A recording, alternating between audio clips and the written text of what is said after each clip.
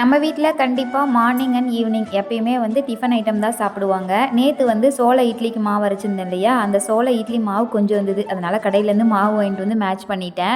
கடையில் மாவு வாங்கி கலக்கியிருக்கோன்னு தெரியக்கூடாது அப்படிங்கிறக்காக சரி பொடி தோசை செஞ்சுருவோன்னு தாங்க முடிவு பண்ணேன். ஆனால் வந்து இட்லி பொடி நம்ம வீட்டில் இல்லை. சரி இன்ஸ்டண்ட்டாக ஒரு இட்லி பொடி செஞ்சுருவோம் அப்படின்னு சொல்லிட்டு பொட்டுக்கடலை வந்து ஒரு 50 கிராம் அளவுக்கு எடுத்திருக்கேன். காரத்துக்கு தேவையான அளவுக்கு வரமிளகா சேர்த்திருக்கேன். நம்ம வீட்டில் குட்டி தம்பி சாப்பிடுவோம் அப்படிங்கிறக்காக 3 வரமிளகா தான் சேர்த்திருக்கேன். உங்களுக்கு கலர் வேணும் அப்படின்னா காஷ்மீரி மிளகாயும் ஆட் பண்ணிக்கலாம்.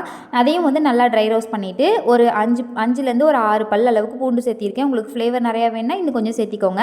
கருவேப்பிலை என்கிட்ட இல்லை, அதனால் நான் ஆட் பண்ணல. வேணுன்னா கருவேப்பிலையும் ஆட் பண்ணிக்கலாம். கொஞ்சமாக உப்பு சேர்த்திட்டு கொஞ்சம் பெருங்காயத்தூள் போட்டு நல்லா மிக்ஸி ஜாரில் ஃபைனாக அரைச்சி எடுத்துக்கோங்க. அவ்வளோதான், நம்மளோட சூப்பரான இன்ஸ்டன்ட் இட்லி பொடி வந்து பார்த்திங்கன்னா ரெடி ஆயிடுச்சு. இப்போ வந்து தோசைக்கல்ல தோசை ஊற்றிட்டு அது மேலே வந்து நம்ம பொடியை தூவி லைட்டாக எண்ணெய் ஊற்றி மூடி வச்சிடலாம். அவ்வளோதான், சூப்பரான பொடி தோசை ரெடி ஆயிடுச்சு.